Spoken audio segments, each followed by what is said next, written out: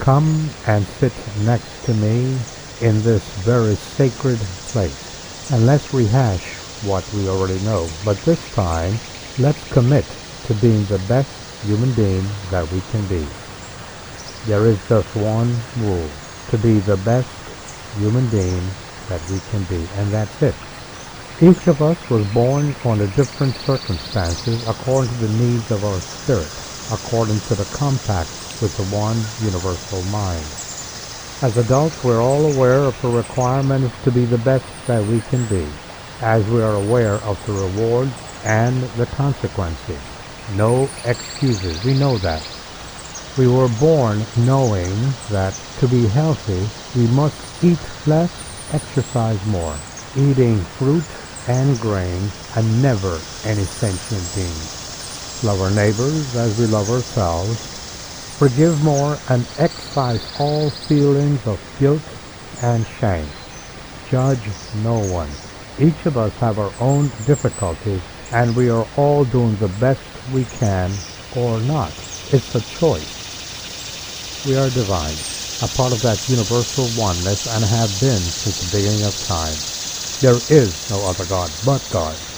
We're all part of that ultimate creation by that Creator without a name or a gender. Our mind, however, is that connection to that Creator. Our imagination is the greatest faculty of the mind. Our purpose on earth is to do one of three things, or all three things. 1. Enjoy life and living.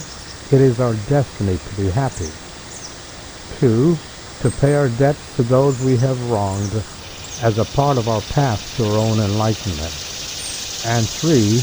To give recognition to the divine that is inside of us as we pursue our own path to perfection. We do that because we try our best to hurt no one at any time in any way. And we listen to our own heart, but recognize that Master as he or she imparts wisdom in whatever form that we find receptive. We instinctively know the difference between wisdom and nonsense. And we share what we have without the need for thanks. We are compassionate. We avoid those whose behavior is not in keeping with the requirements of their own soul. They all know what is required, and it is their choice not to adhere to the requirements of being human. Their choice. We love them just the same and discriminate by separating their behavior, which is self-inflicted, with the divine that they are naturally. It's difficult, but we must try, just as we must forgive those that disappoint us.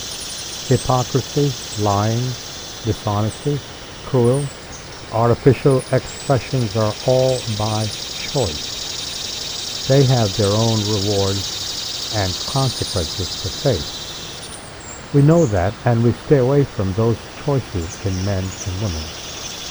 Finally, expression of gratitude. We express gratitude each and every day. The frequent expression of gratitude is one path to happiness and, of course, to enlightenment. That is your choice. Your choice. The goal of life, after all, is to be happy. But you ultimately must think for yourself.